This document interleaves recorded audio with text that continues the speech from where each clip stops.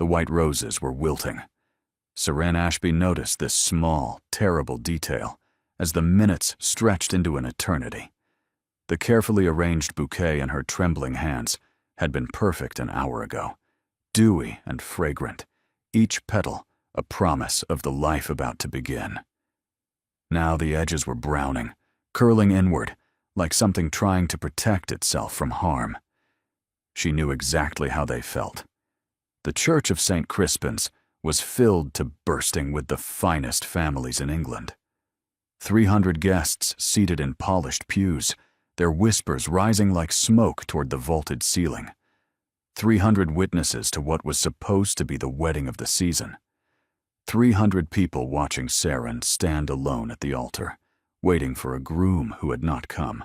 Perhaps he's been delayed, her mother had whispered 30 minutes ago, her voice tight with forced optimism. The roads from London can be treacherous. Surely any moment now, her father had added 15 minutes ago, though his face had gone the color of old parchment. Now no one was saying anything at all.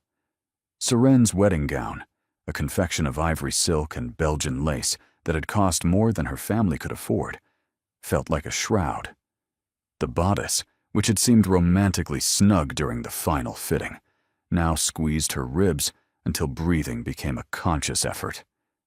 In through the nose, out through the mouth. Don't faint. Don't cry. Don't let them see you break. She could hear them, of course, the whispers that slithered between the pews like serpents. 45 minutes now, isn't it? I heard Lord Corvin was seen leaving London yesterday evening, traveling north. North? But the wedding is... Precisely. The word landed like a blade between Serene's shoulder blades.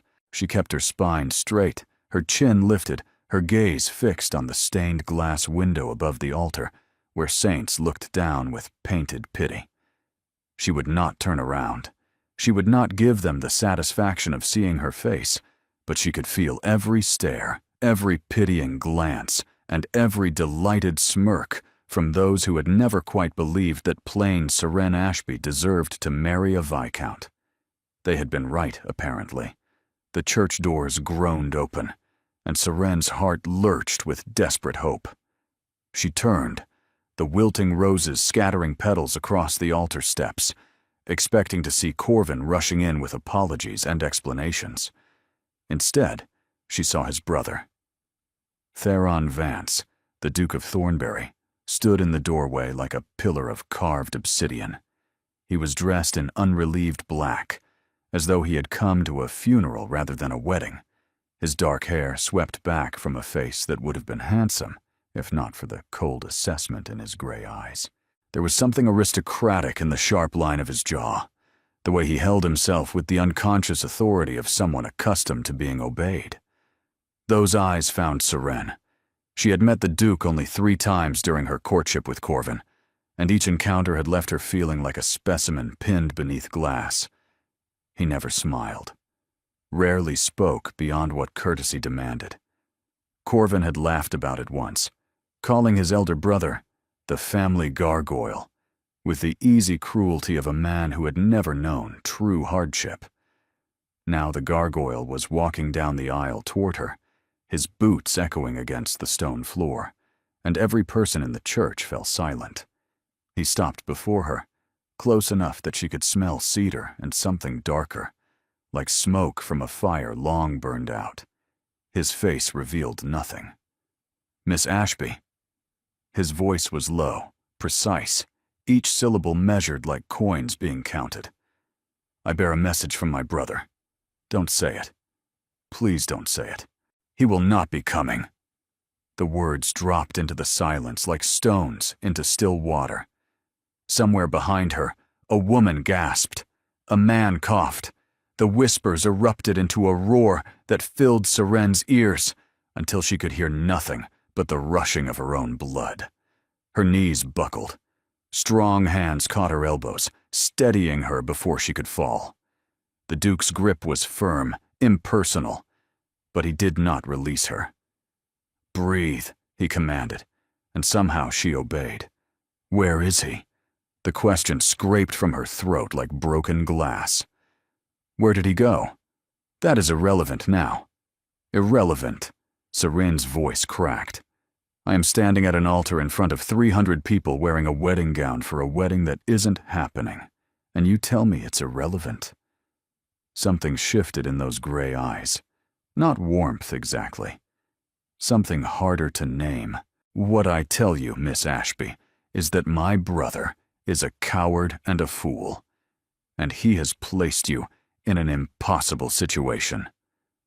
The Duke's gaze swept across the watching crowd, his expression darkening with what might have been contempt. These people will feast on your humiliation for years. Your family's reputation will not survive the scandal. Your prospects will be destroyed. Each word was a hammer blow, driving the truth deeper into her chest. He was right. She knew he was right. By tomorrow, Saren Ashby would be the cautionary tale mothers whispered to their daughters, the foolish girl who believed a viscount actually loved her. Unless, the Duke said, and Serene's breath caught. Unless? His hands were still on her elbows. His eyes, gray as winter storms, held hers with an intensity that made her pulse quicken. Unless you marry me instead. The world stopped making sense. Serene stared at the Duke of Thornbury, certain she had misheard him. Behind her, the whispers had transformed into outright gasps of shock, but the sound seemed to come from very far away, as though she were underwater and drowning slowly. I beg your pardon, she managed. You heard me clearly, Miss Ashby. His voice remained steady, utterly calm, as though he proposed marriage to humiliated women every day. Marry me. Today. Now. In front of these witnesses. Transform scandal into spectacle, abandonment into opportunity. You cannot be serious. I am always serious. His grip on her elbows tightened fractionally, and Serene became acutely aware of how close they stood, how the heat of his hands burned through the delicate fabric of her sleeves. She searched his face for any sign of mockery, any hint that this was some cruel jest to compound her humiliation. She found nothing but cold, implacable resolve. Why? The question burst from her. Why would you do this? My reasons are my own. That's not good enough. You cannot expect me to marry a stranger without explanation. I can expect whatever I choose. I am offering you salvation, Miss Ashby. The alternative is to walk out of this church alone, past 300 witnesses who will ensure your ruin spreads across England before nightfall. Serene's chest constricted.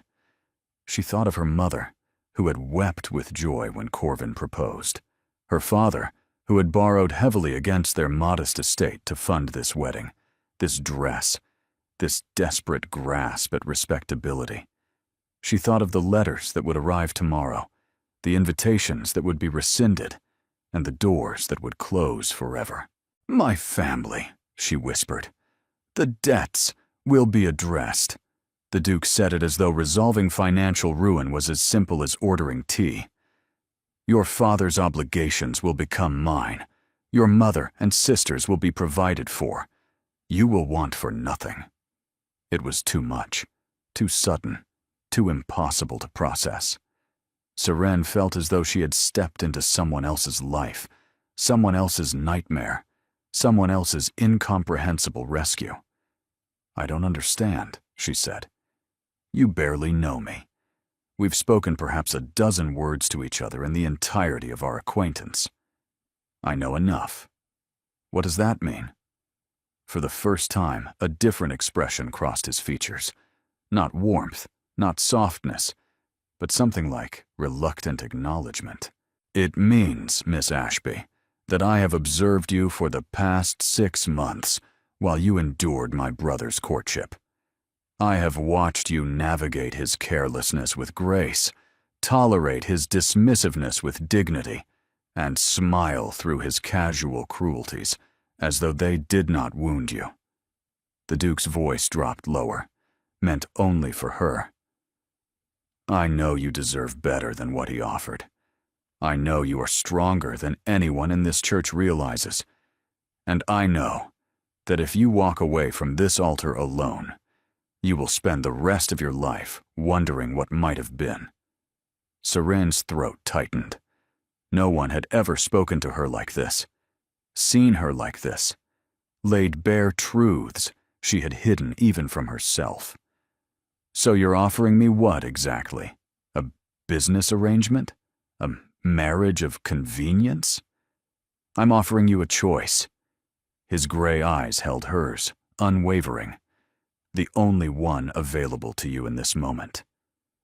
She looked past him at the assembled crowd, saw the vultures circling, eager for blood, saw her mother's tear-streaked face, her father's ashen pallor, and her younger sisters clutching each other in the family pew. She thought of Corvin, who had promised her forever, and then fled without even the courage to tell her himself. She thought of all the years ahead, marked by whispers and pity and closed doors. And then she thought of the man standing before her, cold as marble, but offering her a lifeline nonetheless. "If I say yes," Serene said slowly, "what happens then?" "Then we proceed." The Duke glanced toward the vicar, who stood frozen at the altar with his prayer book clutched to his chest. "The ceremony continues. The guests witness a wedding. The scandal becomes a sensation, yes, but a favorable one. The jilted bride becomes the Duchess of Thornbury, and no one will dare pity her again." The Duchess of Thornbury. The title felt foreign, impossible, like trying to wear a crown made for another woman's head. "And afterwards?" "Afterwards, you will come to Thornbury Hall as my wife. You will have your own chambers, your own staff, and your own allowance. I will make no demands of you that you do not wish to fulfill." Something passed through his gaze, too quick to identify. "I can be a cold husband, Miss Ashby. I will not pretend otherwise. But I will never abandon you at an altar. I will never make you a fool in front of witnesses. That much I can promise." It was not a declaration of love. It was not even a declaration of affection.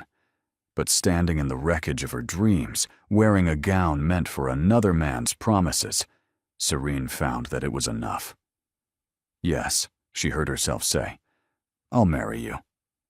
The Duke released her elbows at last, and the absence of his touch left her strangely unsteady. "Vicar," he said, his voice carrying across the stunned silence of the church, "we will proceed." The ceremony that followed would live in Serene's memory as a fever dream, fractured and strange. The vicar, a nervous man named Father Ashmore who had been expecting to marry her to Corvin, fumbled through his prayer book with trembling hands. The liturgy had to be adjusted, names changed, and the special license that had been prepared for one brother hastily amended to accommodate the other. Through it all, the Duke of Thornbury stood beside her like a statue, his presence both anchor and enigma. Serene heard her own voice, as though from a great distance, reciting vows that felt too large for her mouth, to have and to hold, for better or worse, for richer or poorer. The words that should have bound her to Corvin now bound her to this stranger instead, this cold, powerful man who had swept in like a storm and upended everything. His hand was steady when he took hers to slide on the ring, a band of white gold set with a single sapphire. It had belonged to his mother, he murmured, and though it was slightly loose on her finger, it felt strangely right. His skin was warm against her cold fingers, and Serene found herself wondering absurdly if dukes ran hotter than ordinary men.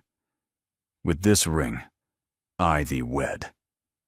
His voice never wavered, never softened, but there was weight to the words that made something twist beneath Serene's ribs. Father Ashmore pronounced them man and wife, and the Duke leaned down to press a kiss to her cheek, brief and formal, his lips barely grazing her skin before he withdrew. It was done.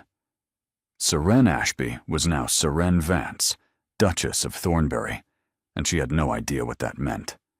The reception that followed was mercifully brief. The wedding breakfast had been prepared for a different groom, the seating arrangements made for a different couple, but somehow everything proceeded as though this had been the plan all along. Seren smiled until her face ached, accepted congratulations that ranged from genuine to incredulous to barely concealed envy, and tried not to notice the way people looked at her husband, because they did look. Everyone looked at Theron Vance, Duke of Thornbury, with the wary fascination reserved for apex predators. He moved through the crowd like a shark through still water, exchanging the minimum required pleasantries, deflecting questions about his brother with icy finality, and never once straying far from Seren's side. "People are staring," she murmured, during a rare moment when no one was demanding their attention. "Let them." His hand rested at her waist, the touch light but proprietary. "By tomorrow, they'll have constructed a dozen romantic narratives to explain today's events. Let them believe whatever fiction brings them comfort." "And what's the truth?" He looked down at her, his gray eyes unreadable. "The truth is rarely as interesting as the story." Before she could respond, her mother appeared, fresh tears streaming down her face. "My darling girl," she said, gathering Seren into an embrace that smelled of rosewater and relief. "I don't understand what's happened, but you're safe now. You're protected." She pulled back, clasping Seren's hands. "A duchess. My daughter, a duchess." Seren tried to summon a reassuring smile. "It's rather a lot to take in." "Your Grace." Her mother turned to Theron, dropping into a curtsy so deep it was nearly a genuflection. "I cannot begin to express our gratitude. When he—" "Madam." The Duke's voice was not unkind, but it brooked no further discussion. "Your daughter has had an exhausting day. I'm sure you understand that we must depart for Thornbury Hall this evening." Of course." Her mother squeezed Seren's hands one final time, her eyes bright with tears, and something that looked almost like awe. "Write to me, darling. Tell me everything." Seren promised she would, though she had no idea what she would say. The carriage that waited outside the church was black and gleaming, pulled by 4 matched gray horses that looked as cold and elegant as their master. A footman in Thornbury livery helped Seren inside, and she sank onto velvet cushions that probably cost more than her entire wardrobe. The Duke settled across from her, his long legs stretched out, his gaze fixed on the passing countryside as the carriage lurched into motion. Silence filled the space between them, heavy and strange. Seren studied her new husband in the fading afternoon light. He was handsome, she supposed, in the way that mountains were handsome. Impressive, forbidding, not something you wanted to get too close to. His jaw was sharp enough to cut glass, his cheekbones severe, his mouth set in a line that suggested smiling was a foreign concept. "You're staring," he said, without looking at her. Heat flooded Seren's cheeks. "I apologize. I was simply wondering what manner of man you've married." Now he did turn, and something that might have been dark amusement stirred in his expression. "A fair question, given the circumstances. You must admit, the circumstances are rather unusual. They are unprecedented." He inclined his head slightly. "And yet, here we are." "Here we are," Seren echoed. She twisted the unfamiliar ring on her finger, watching the sapphire catch the light. "May I ask you something?" "You may ask. Whether I answer remains to be seen. Where is Corvin? Where did he go?" The amusement vanished from the Duke's face, replaced by something harder, colder. "My brother has fled to the continent. Paris, I'm told, though by now he may have moved on. He left a letter explaining that he found himself unable to proceed with the marriage." "Unable?"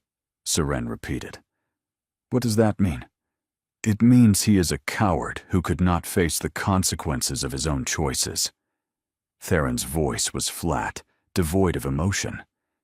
It means he decided that his freedom was worth more than your future, your family's security, or basic human decency. The words should have hurt more than they did. Perhaps the wound was too fresh, too deep for proper pain. Or perhaps some part of Serene had always known that Corvin's charm was merely surface, his promises as substantial as morning mist. "Did you know?" she asked. "Did you know he was going to run?" The silence that followed was heavy, weighted with something Serene couldn't name. "I suspected," the Duke said finally. "My brother has always been skilled at evading responsibility. When he failed to arrive at the church by the appointed hour, I knew. And you decided to intervene. I decided to offer you an alternative. Why?" The question that had plagued her since he first spoke those impossible words at the altar. "You still haven't told me why." Theron turned back to the window, his profile sharp against the gray sky. "Because you deserved better than what he gave you," he said quietly. "Because someone needed to act, and no one else would. Because—" he stopped, jaw tightening. "Because I could." It wasn't an answer. Not really.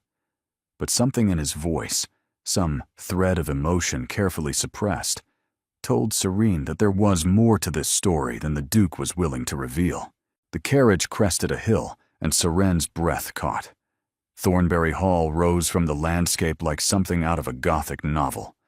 Gray stone towers pierced the darkening sky, hundreds of windows glittering with candlelight, vast grounds spreading in every direction like a kingdom unto itself. It was beautiful and terrible and overwhelming in equal measure. "Welcome home," the Duke said, and Serene heard something in his voice she couldn't quite identify. The carriage wheels crunched on gravel as they approached the main entrance, where a small army of servants had assembled to greet their new Duchess. Serene looked at the impossible house, the silent husband, the life that had been thrust upon her without warning or preparation. What had she agreed to? And more importantly, why did the Duke of Thornbury's gray eyes hold shadows that seemed far deeper than mere coldness? The carriage door opened, and Serene stepped into her new life, the questions multiplying with every breath. Thornbury Hall swallowed Serene whole. She had thought herself prepared for grandeur. The Ashby family was not wealthy, but they were gentry, and Serene had attended enough society events to know what fine houses looked like. She had visited Corvin's London townhouse during their courtship, admired its elegant furnishings, its tasteful artwork, its air of casual prosperity. None of it had prepared her for this. The entrance hall alone could have contained her family's entire home. Marble floors stretched in every direction, veined with gray and silver that caught the candlelight from chandeliers that dripped crystal like frozen waterfalls. Portraits of stern-faced Vance ancestors lined the walls, their painted eyes following her as servants materialized from shadowed doorways, forming a receiving line that seemed to stretch forever. "Your Grace." A woman stepped forward, tall and spare, her gray hair pulled back in a severe knot. Her black dress marked her as the housekeeper, and her eyes assessed Serene with the clinical precision of a jeweler examining a stone of questionable value. "I am Mrs. Ashworth. Welcome to Thornbury Hall." "Thank you." Serene's voice sounded thin, inadequate against the vastness of the space. "Mrs. Ashworth manages the household," Theron said, his hand settling at her lower back. The touch steadied her, though she couldn't have said why. "She will see to anything you require." "The Duchess's chambers have been prepared," Mrs. Ashworth continued, her tone professionally neutral, "per His Grace's instructions." Serene caught something in those words, some emphasis she couldn't quite parse. "Per His Grace's instructions." What instructions? When had there been time for instructions? But the Duke was already guiding her toward the grand staircase, and she had no opportunity to ask. Her chambers were not chambers. They were a suite, a self-contained world of silk and velvet and polished wood. A sitting room with windows overlooking gardens that disappeared into darkness. A dressing room larger than her bedroom at home, and the bedroom itself, dominated by a four-poster bed, draped in fabric the color of midnight sky, its posts carved with climbing roses and thorns. "These were my mother's rooms," Theron said, and something in his voice made Seren turn to look at him. "Were. She died when I was 12. They've been closed ever since." He moved to the fireplace, where flames already crackled against the evening chill. "I had them reopened for you." The weight of that statement settled over Seren like a cloak. 20 years these rooms had been shuttered, preserved in memory's amber, and he had opened them for her. A woman he barely knew. A wife he had claimed out of obligation or pity, or some motivation she still couldn't name. She struggled for words. "That's very generous. Generosity has nothing to do with it." His voice had returned to its usual coolness. "You are the Duchess of Thornbury now. You should have rooms befitting the title." Before she could respond, a knock at the door announced a young woman with copper hair and freckles scattered across her nose like cinnamon. She curtsied deeply, her eyes bright with poorly concealed curiosity. "Your Grace, I'm Tanith. I've been assigned as your lady's maid." "Assigned by whom?" "By His Grace, ma'am. This morning." This morning, hours before the wedding. Hours before Corvin had fled, and Theron had stepped in to save her. And yet somehow, preparations had already been made. Seren looked at her husband, questions burning on her tongue, but he was already moving toward the door.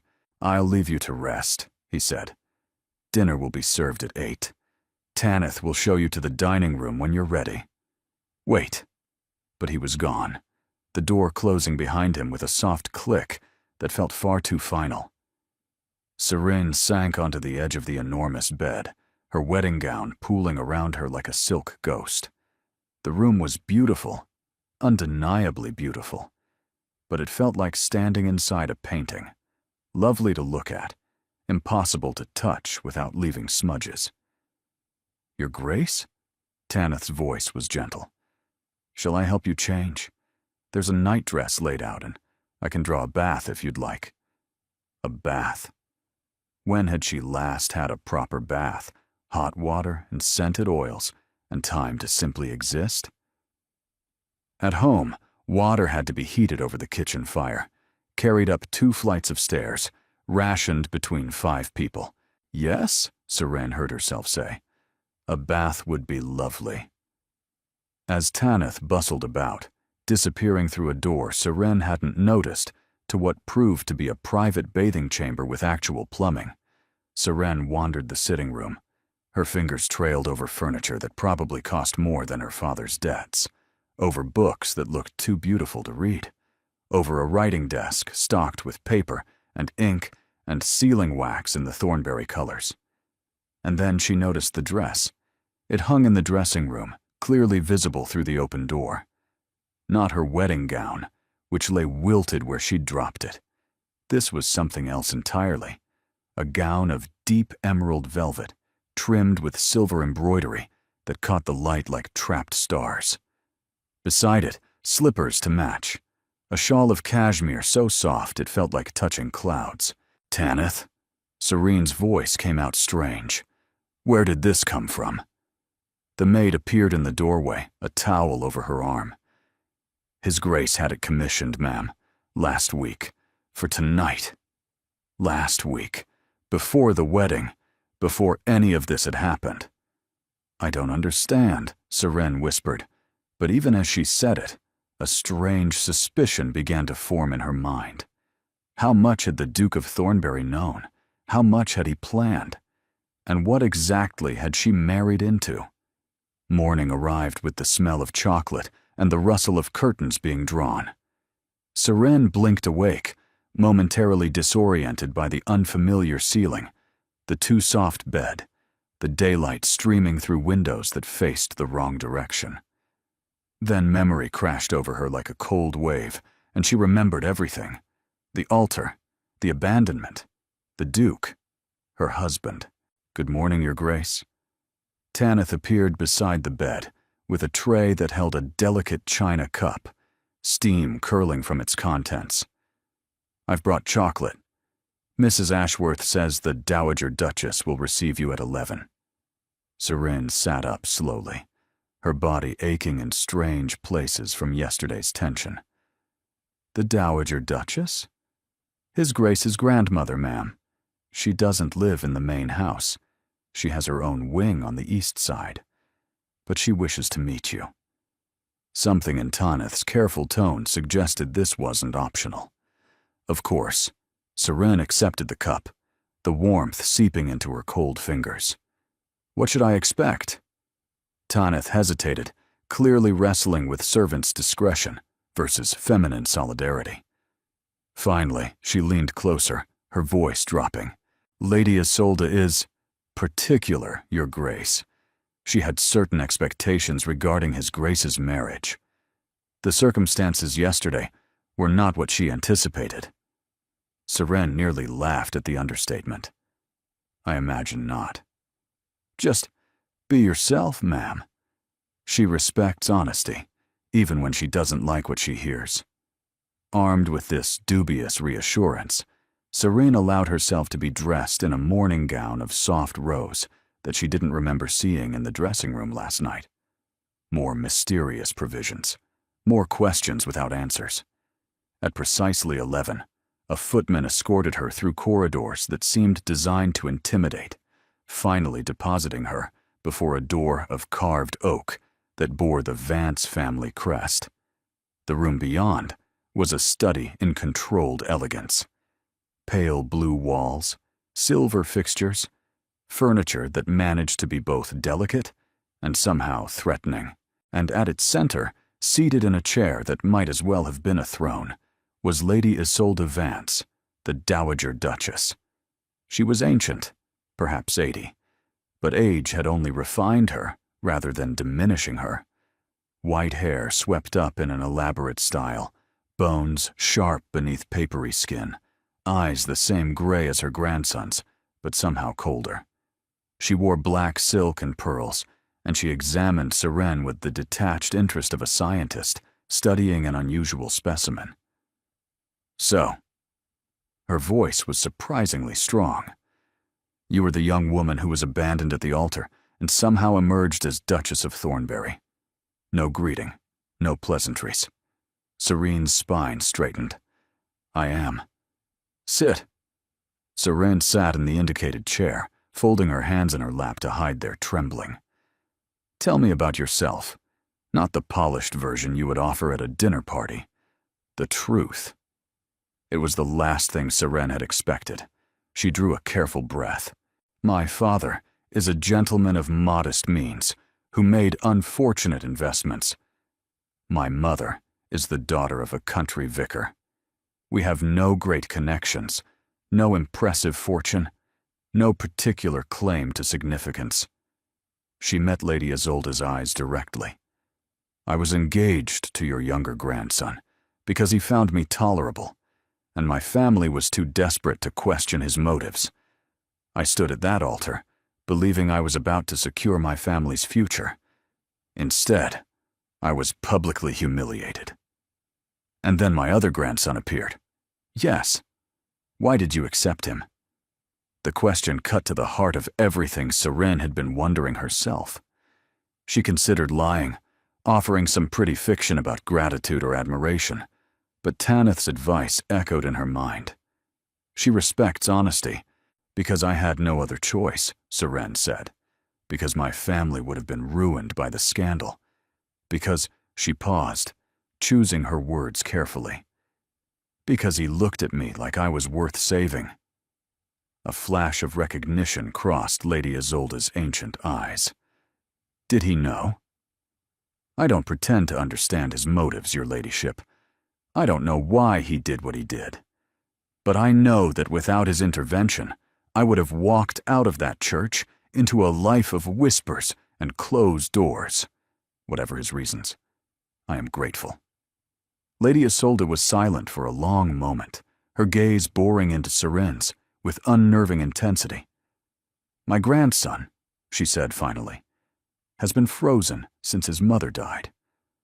Longer, perhaps, since his father was never warm to begin with.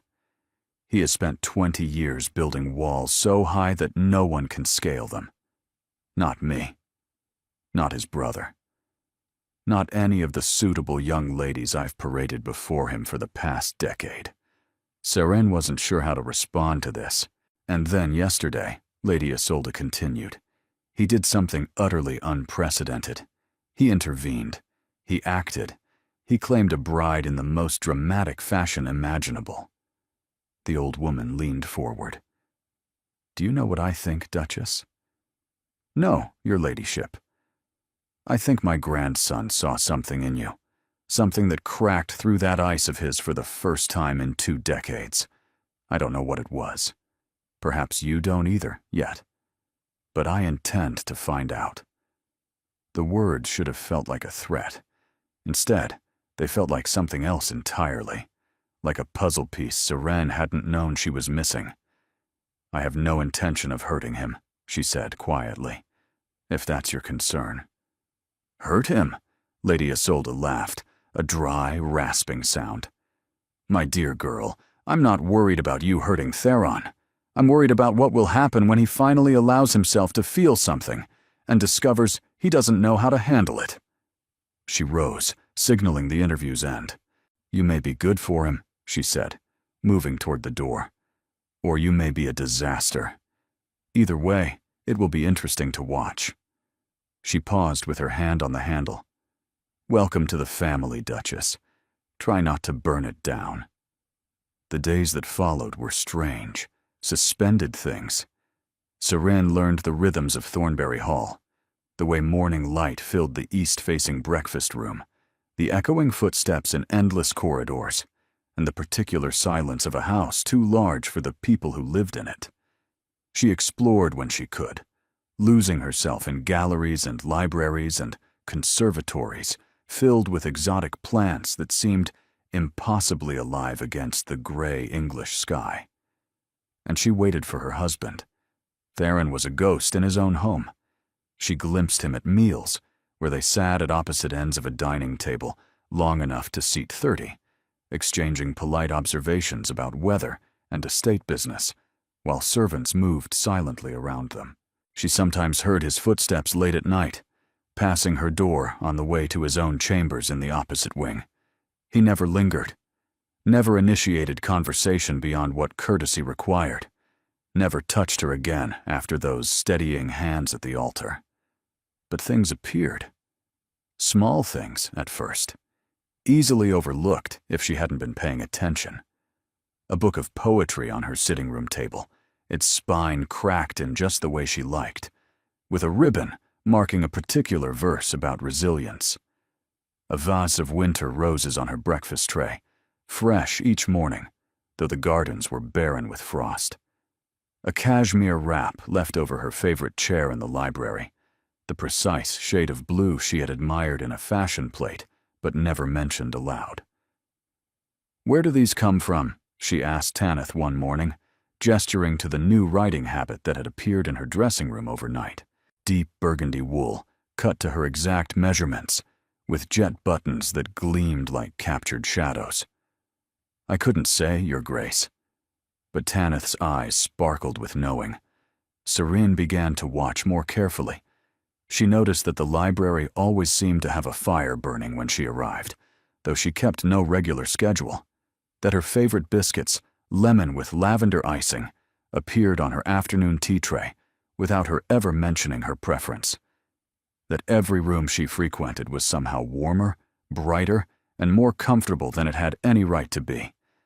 And she began to understand. The Duke of Thornbury was not demonstrative.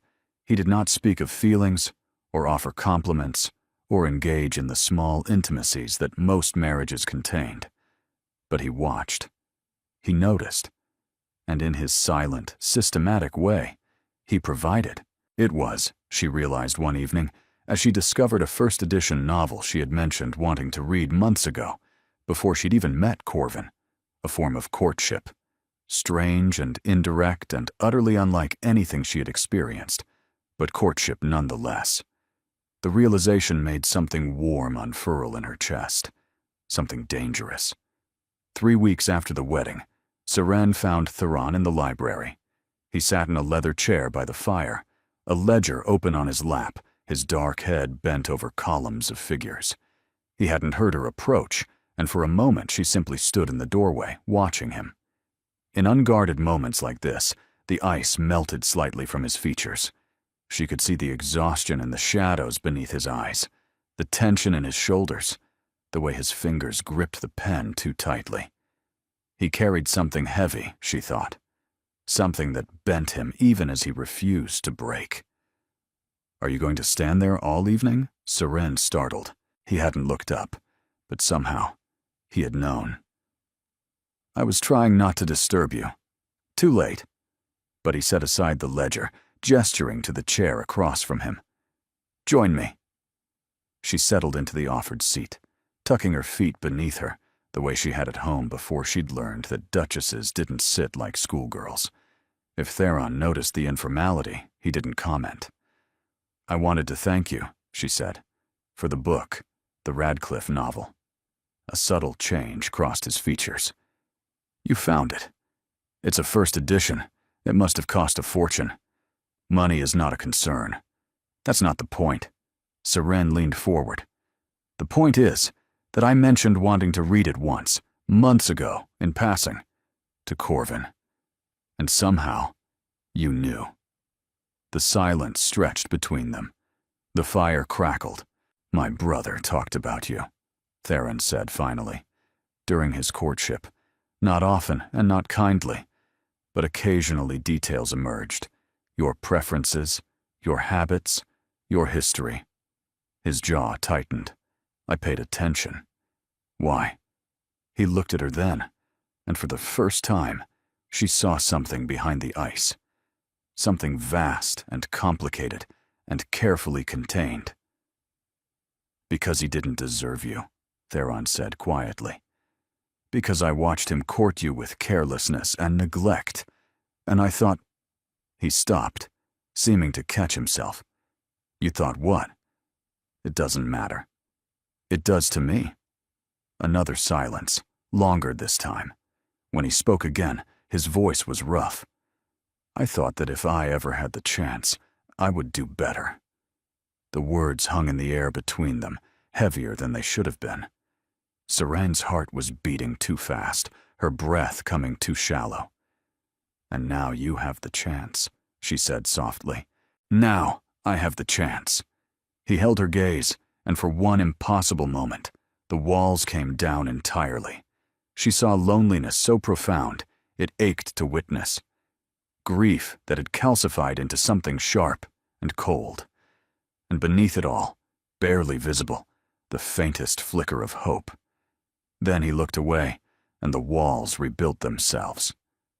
"It's late," he said. "You should rest. Theron. Good night, Seren." It was the first time he had used her name. The sound of it in his voice, low and careful, made something crack open in her chest. "Good night," she whispered, and left him there by the fire, surrounded by shadows and silence.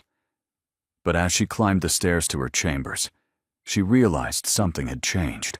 The ice had fractured, and Seren was determined to find the man beneath. The invitation arrived on a silver tray, its cream-colored envelope sealed with wax, the color of dried blood. "The Marchioness of Pemberton requests the honor of your presence," Seren read aloud, her chest tightening with each word. "A winter ball to celebrate the season. Saturday next." Theron looked up from his breakfast, his expression unreadable. "You don't have to attend." "Don't I?" Serene set down the invitation. "I've been hiding at Thornbury Hall for nearly a month. People are talking, speculating. If I don't appear in public soon, the whispers will only grow louder. Let them whisper. Easy to say when you're not the one they're whispering about. The words came out sharper than she'd intended. She softened her voice. I need to face them, Theron. I need to show them I'm not ashamed. A glimmer of something, respect, perhaps, or concern, passed through his gray eyes. Then we'll attend together. The week that followed was a whirlwind of preparations. Madame Fontaine, a modiste of terrifying reputation, descended upon Thornbury Hall with bolts of fabric and an army of seamstresses.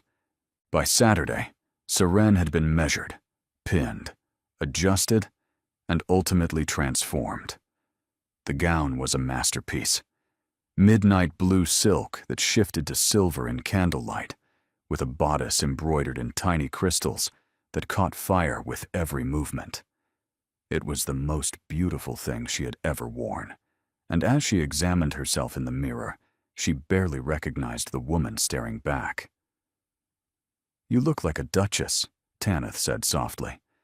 "I look like I'm pretending to be a duchess." Perhaps that's how it starts.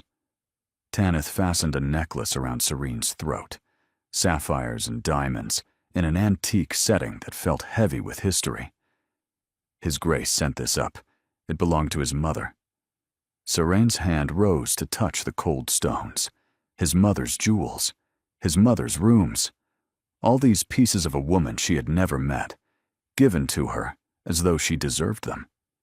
Theron was waiting at the bottom of the grand staircase, and for one suspended moment, Seren forgot to breathe. He wore formal evening attire, black as always, but somehow different. The severity that usually defined him had been refined into something almost elegant. His dark hair was swept back from his face, emphasizing those sharp cheekbones, that uncompromising jaw. He looked like a fallen angel, beautiful and dangerous and utterly unreachable. Then he looked up and saw her, and something in his expression cracked. "You're—" He stopped, cleared his throat. "The gown suits you." It was possibly the most inadequate compliment in the history of language, and yet somehow, the way his eyes lingered told her everything his words didn't say. "Shall we?" She descended the final steps, her hand finding his offered arm. "Remember," he murmured as they walked toward the waiting carriage, "you are the Duchess of Thornbury. No one in that ballroom is your equal. Act accordingly." Is that how you survive these things? Pretending superiority? It's not pretense, it's fact. The Pemberton estate blazed with light, carriages clogging the drive as the cream of society arrived to see and be seen. Footmen in powdered wigs opened doors, and Seren stepped into a world of crystal chandeliers, champagne fountains, and hundreds of curious eyes. Whispers erupted the moment they were announced. The Duchess of Thornbury. Did you hear how it happened? Abandoned by one brother, claimed by the other. Quite the scandal. They say she trapped him somehow, used the humiliation to force his hand. Serene's chin lifted. Theron's hand pressed firmly against her waist, steady and warm. "Ignore them," he said quietly. "They're irrelevant." Easy for you to say. You're not the one they're accusing of entrapment.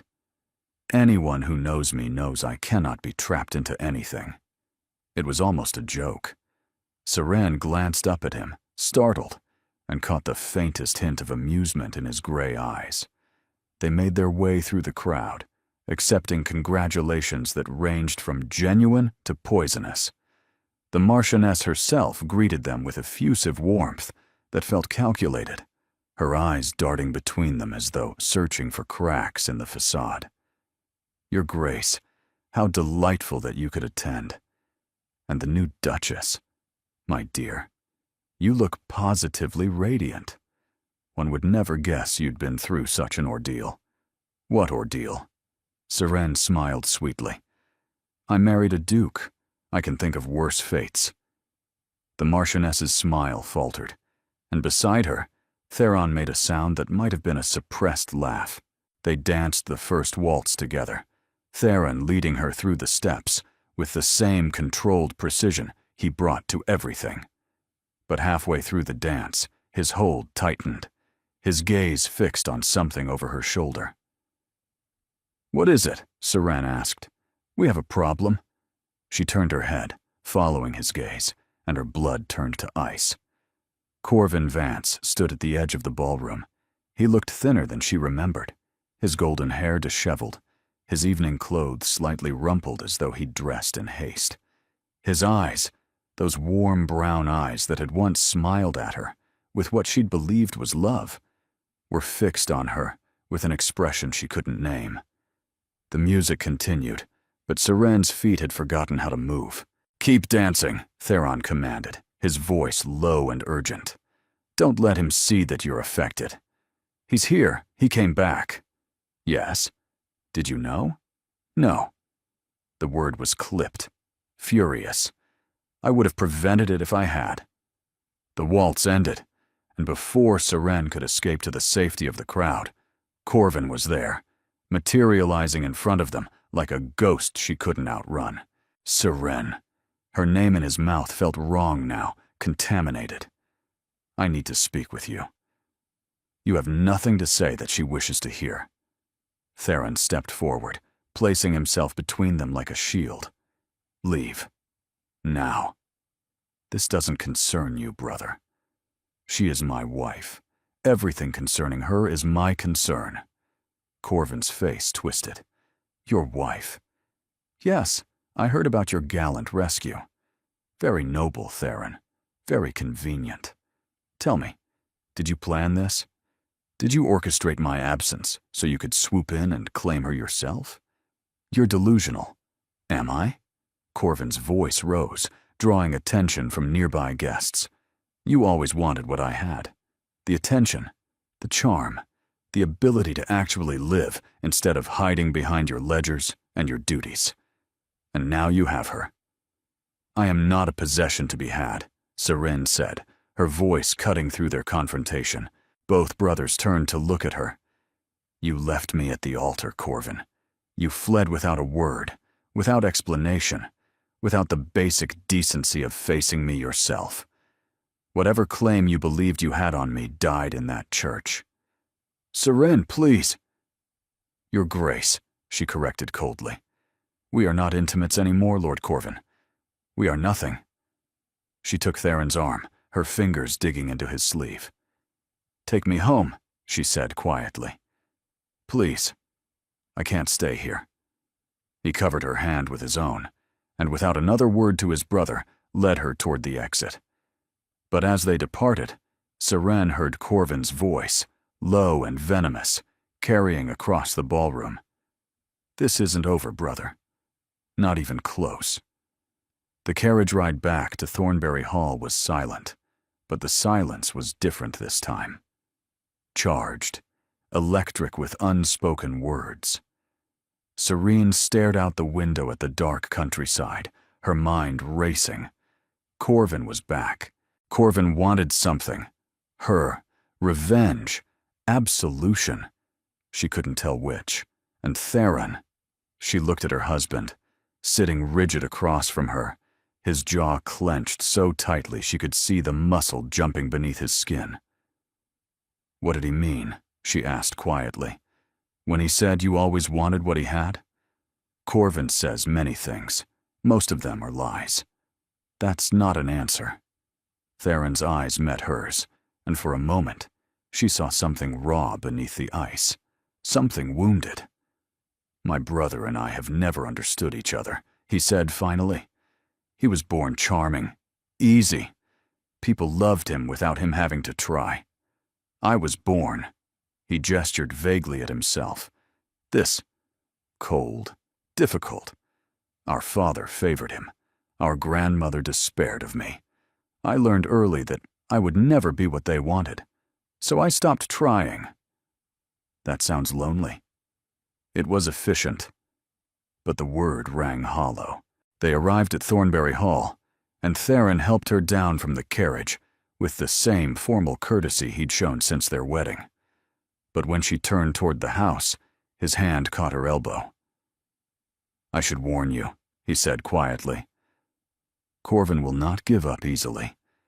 He has always believed he's entitled to whatever he desires, and he's never learned to accept denial gracefully." "What do you think he wants?" "I don't know. Perhaps he's realized what he threw away. Perhaps he simply cannot stand that I have something he doesn't." Theron's grip tightened fractionally. "Either way, I won't let him hurt you again." "Why?" The question that had haunted her since the altar. "Why do you care so much? You barely knew me when you offered marriage. You still barely know me." "I know enough." "That's what you said before. It's not an answer." He released her arm, stepping back, the walls rebuilding themselves in real time. "It's the only answer I have." He strode into the house without looking back, and Seren was left standing in the cold darkness, more confused than ever. The days that followed were tense. News traveled fast in society, and the confrontation at the Pemberton ball became the scandal of the season. Letters arrived daily, some sympathetic, most merely curious, all hungry for details Seren refused to provide. Lady Isolde summoned her on the third day. "I hear there was excitement at the ball," the old woman said without preamble. "My younger grandson has returned to make trouble."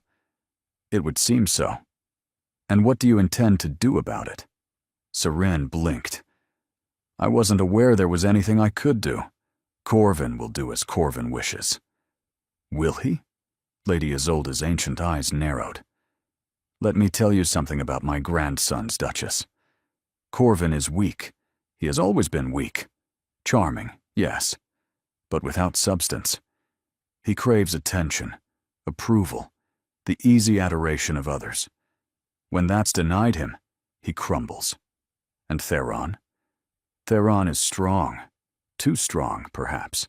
He has armored himself so thoroughly that he's forgotten there's a man beneath the metal." Lady Isolde leaned forward. "He needs someone to remind him. I thought, perhaps, you might be that someone. I barely know him. He won't let me close enough to know him." "Then push harder." The old woman's voice sharpened. "Do you think love simply happens? That connection falls from the sky like rain? It takes work, Duchess. Persistence. The willingness to crack through walls even when it hurts. And if the walls won't crack, they will." Lady Isolde smiled, and for the first time there was warmth in it.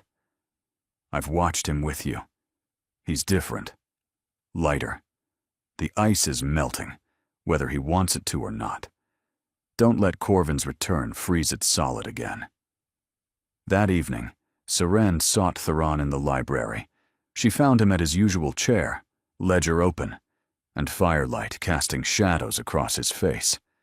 But tonight, something was different. He looked up when she entered, and instead of dismissing her, he set the ledger aside. "I was hoping you'd come," he said quietly. The words stopped her in her tracks. "You were? I owe you an apology for walking away last night. For being—" he searched for the word. "Difficult. You're always difficult." "Yes, but usually I'm not rude about it." He gestured to the chair across from him. "Sit. Please." She sat, watching him carefully. There was something different about him tonight, an openness she hadn't seen before, as though the confrontation with Corvin had shaken something loose. "My brother accused me of wanting what he had," Theron said slowly. "He wasn't entirely wrong." Seren's breath caught. "What do you mean?" "I watched you during his courtship. I told myself it was curiosity, nothing more. But the truth is—" he stopped, jaw tightening. "The truth is that I envied him. Not just for his charm or his ease with people, but for you. For the way you smiled at him. For the way you tried so hard to make him happy, even when he didn't deserve it. Theron, I'm not good at this." His voice was rough. "I don't know how to say what I feel. I've spent my entire life learning not to feel anything at all. But when I saw you at that altar, abandoned and humiliated, I knew I couldn't let you walk away. Not because of duty or honor, because the thought of you leaving that church without me was unbearable. Silence fell between them, heavy with revelation. "What are you saying?" Seren whispered. "I'm saying." He met her eyes, and the walls were crumbling now, falling piece by piece. "I'm saying that I didn't marry you out of pity or obligation. I married you because I wanted to. Because you're the only person who's ever made me want to be something other than ice." Seren couldn't breathe. The words hung in the air between them, too large to comprehend. She had spent weeks trying to understand this man, trying to decode his silence and his gifts and his careful distance. And now, suddenly, he was laying everything bare. "You wanted to marry me?" she repeated slowly. "You planned for it. The dress, the room, the ring. You knew Corvin would run. I suspected." His voice was steady, but she could see the tension in his shoulders. "I hoped I was wrong, but I prepared nonetheless." "Why didn't you tell me?" "What would I have said?" "Don't worry, Miss Ashby. I've been watching you for months, and I've arranged an alternative wedding in case my brother abandons you." He laughed, but there was no humor in it. "You would have thought me mad, or predatory, or both. I might have thought you cared. I do care." The words came out fierce, almost angry. "That's the problem. I care too much. I've spent 20 years not caring about anything. And then you appeared. And suddenly," he broke off, turning away. Seren rose from her chair and crossed the space between them. He tensed when she touched his arm, but he didn't pull away. "Look at me," she said softly. He turned, and she saw it all. The fear, the longing, and the desperate hope he'd been trying to hide.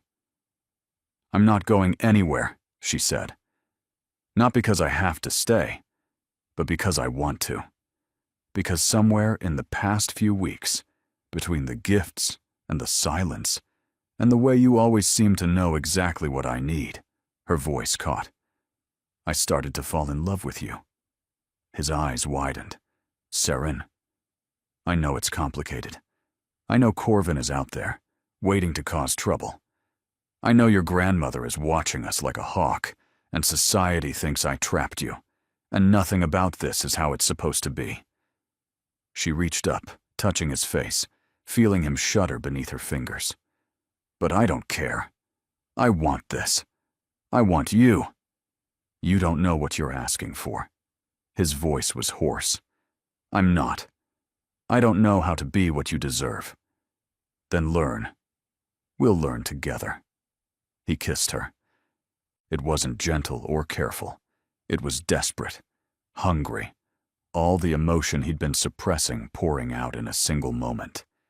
His hands tangled in her hair, pulling her closer, and she went willingly, wrapping her arms around his neck as the world fell away. When they finally broke apart, both breathing hard, his forehead rested against hers. "I love you," he said, and the words sounded like they'd been torn from somewhere deep inside him. "I've loved you since the moment I saw you trying not to cry during one of Corvin's interminable dinner parties. I've loved you in silence and desperation and complete certainty that you would never be mine. And now, I am yours." She kissed him again, softly this time. "And you are mine." They stood there in the firelight, wrapped in each other's arms, and Seren felt something she hadn't felt since before the altar. Hope. Happiness, Seren discovered, was a fragile thing. For 3 perfect days, Thornberry Hall transformed. Theron emerged from behind his walls, tentative at first, then with growing confidence. He showed her his mother's garden, dormant under winter snow, but somehow still beautiful. He read poetry to her in the library, his voice low and sure. He held her hand during meals, no longer sitting at opposite ends of the endless table, but side by side, close enough to touch. Lady Isolde observed these developments with satisfaction, poorly disguised as indifference. Tanith practically glowed with romantic fervor. Even Mrs. Ashworth's severe expression softened into something approaching approval. And then Corvin returned. He didn't come alone. Seren was descending the main staircase when the footman announced visitors. She looked up to see Corvin striding into the entrance hall with a woman on his arm, a golden-haired beauty in expensive silk, her smile sharp as a blade. "Sister-in-law!" Corvin spread his arms wide in theatrical greeting. "How lovely to see you again. Allow me to introduce Lady Cressida Hartwell. She's been dying to meet the woman who stole my brother's heart." Lady Cressida's eyes swept over Serene with calculated disdain. "So, this is the infamous Duchess. How quaint." "You were not invited here," Seren said, her voice steady despite her racing heart. "I don't require an invitation. This is my family home." Corvin's smile was sharp. "Or have you forgotten that you're the interloper here, not me?" "What do you want, Corvin?" "Want?" He affected innocence. "I simply wanted to congratulate my brother on his hasty marriage. And to warn you, dear sister, about what you've gotten yourself into." "Warn me?" "Theron doesn't love you." Lady Cressida's voice dripped with false sympathy. "He doesn't know how. He married you out of guilt and obligation, and when the novelty wears off, you'll find yourself alone in this mausoleum while he retreats to his precious duty. You know nothing about my husband." "Don't I?" Lady Cressida moved closer. "I've known Theron since we were children. I've watched him shut out everyone who ever tried to reach him. You're not special, Duchess. You're just the latest in a long line of women who thought they could thaw the ice." The words hit like physical blows, finding every insecurity Serene had tried to bury. "Get out!" Theron's voice cracked through the hall like a whip. He descended the stairs with fury radiating from every line of his body. Seren had never seen him like this, hot instead of cold, rage burning through his careful control. "Brother." Corvin's smile never wavered. "How lovely to see you. You are not welcome here, either of you. Leave now, or I will have you removed." "So protective." Lady Cressida's laugh was mocking. "How sweet. But tell me, Theron, does she know the truth? Does she know why you really married her?" Something cold slithered down Seren's spine. "What truth?" "Don't," Theron started, but Corvin cut him off. "Our father's will," Corvin said triumphantly. Theron had to marry before his 35th birthday, or forfeit control of half the Thornbury estate. To me. He spread his hands. "You were convenient, Duchess. Nothing more. A solution to a legal problem." The world tilted beneath Seren's feet. "Is this true?" she whispered, turning to Theron. His face had gone pale. "It's not. There's more to it than—" "Is it true?" "Yes." The word fell like a stone. "But Seren, please, let me explain." She didn't hear the rest. She was already running up the stairs, away from the triumphant smile on Corvin's face and the devastating truth she should have seen all along. She locked herself in her chambers and didn't emerge for the rest of the day. 3 days of silence. 3 days of meals sent back untouched. 3 days of Theron knocking at her door, his voice increasingly desperate, while Seren stared at the ceiling and wondered how she could have been so foolish. Of course there had been another reason. Of course his dramatic rescue had served his own purposes. The gifts, the attention, the careful courtship, all of it had been manipulation, designed to keep her compliant while he secured his inheritance. Except the gifts had started before the wedding, before she'd even known Corvin would flee. The room had been prepared, the dress commissioned, The arrangements made, not to trap her, but to save her, as though he'd been planning for the possibility all along. And the things he'd said in the library, the way he'd looked at her, the trembling in his hands when he finally allowed himself to touch her. Could all of that have been a lie? On the fourth morning, Tanith arrived, not with breakfast, but with a letter. "His Grace asked me to give you this," he said, her voice caught. "He said if you don't want to see him after you read it, he'll understand. He'll make arrangements for you to return to your family with a generous settlement. He won't contest it." Seren took the letter with trembling hands. "Seren, Corvin told you the truth about the will. I cannot deny it. My father, in his infinite wisdom, decided that I needed motivation to marry, and so he created a deadline that would transfer half my inheritance to my brother if I failed to wed before my 35th birthday. But here is what Corvin didn't tell you. The deadline was 3 months away when you stood at that altar. I had time. I could have found someone else, someone suitable, someone appropriate, someone who wouldn't complicate my carefully ordered life. I chose you, not because you were convenient, not because you were desperate, not because I needed a wife and you happened to be available. I chose you because I had watched you for 6 months and fallen helplessly, hopelessly in love with a woman engaged to my brother. I chose you because when I saw you standing there, abandoned and humiliated, I knew that if I didn't act, I would spend the rest of my life regretting it. The will gave me an excuse, a justification that let me pretend I was being practical rather than admitting the truth, that I would have married you regardless, that I would have married you if it cost me everything. I should have told you. I was afraid. Afraid that if you knew there was a practical reason for my proposal, you would never believe the emotional one. I was wrong. You deserved the truth from the beginning, and I failed you. For that, I am sorrier than I can express. If you want to leave, I won't stop you. I'll provide for you, ensure you're comfortable, and make certain you never want for anything. But if there is any part of you that believes what we had was real, if you can find it in your heart to give me another chance, then come to the garden at sunset, the place where my mother's roses sleep. I'll be waiting. I'll wait as long as it takes. Yours, in whatever way you'll have me. Theron. Seren read the letter 3 times. Then she dressed, walked to the door, and unlocked it.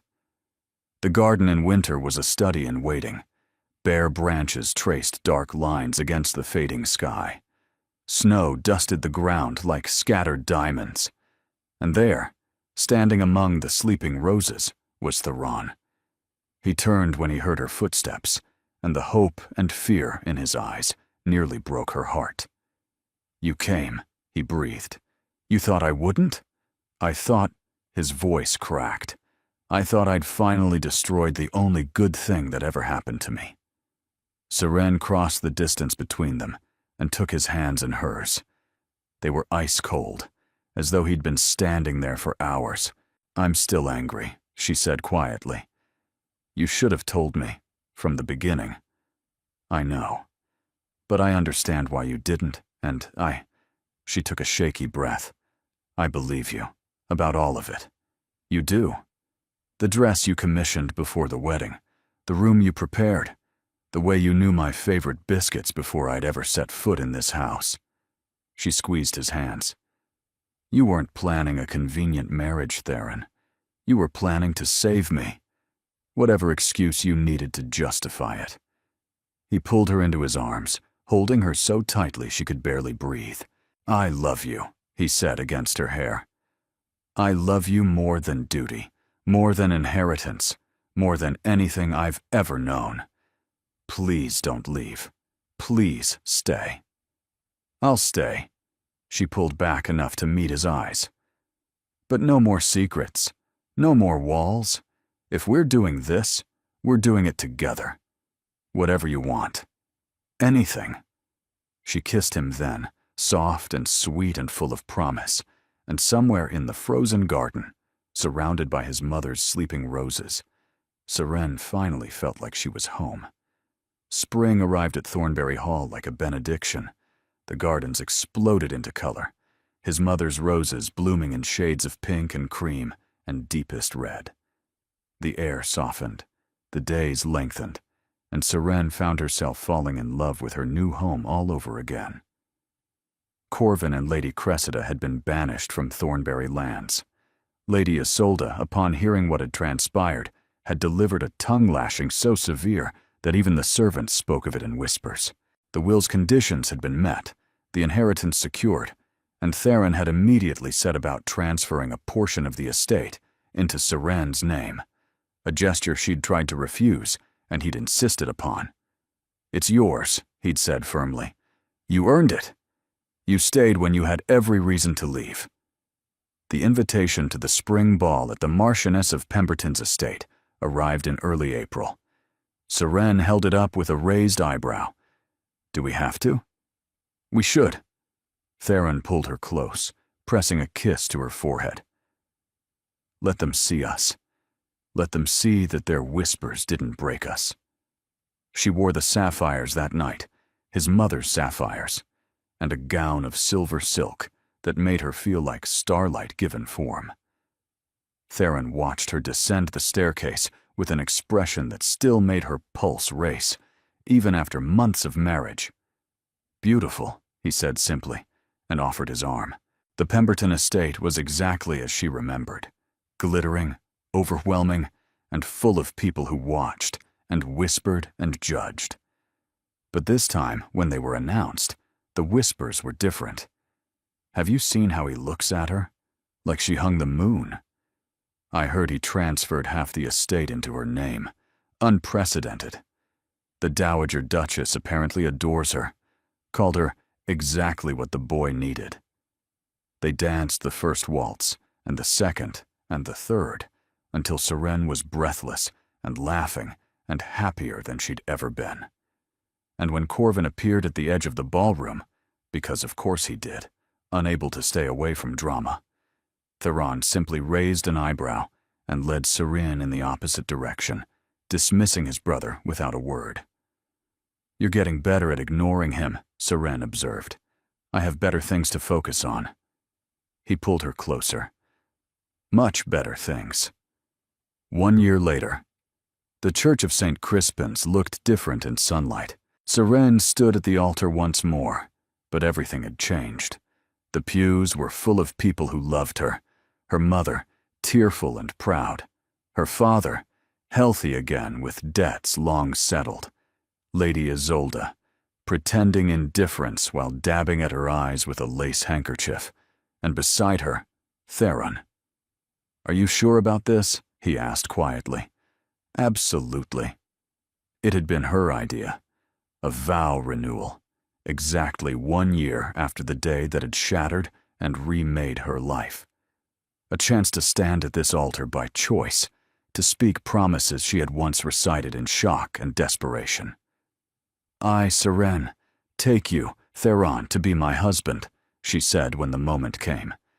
"Not because I must, but because I choose to. Not because you saved me, but because you love me. Not because circumstance forced us together, but because I cannot imagine my life without you." His gray eyes glistened. "I, Theron, take you, Seren, to be my wife, the woman who saw through my walls and decided I was worth knowing, the woman I will love until my last breath and beyond." He kissed her, and the congregation applauded. Later, in the garden, surrounded by roses in full bloom, Theron held her close. "Happy?" he murmured. "Blissfully." "Even though you're stuck with a cold, difficult duke?" she laughed. "You're not cold anymore. You never were, really. Just waiting for someone to notice. You noticed." "I did." She kissed him softly. "And I'm never letting go." They swayed together in the afternoon light, surrounded by his mother's roses and the promise of years to come. She had been abandoned at the altar. She had married his cold, powerful brother, and he had never stopped spoiling her. Some love stories, Seren thought, don't begin with once upon a time. Some begin with disaster and end with dancing in the roses.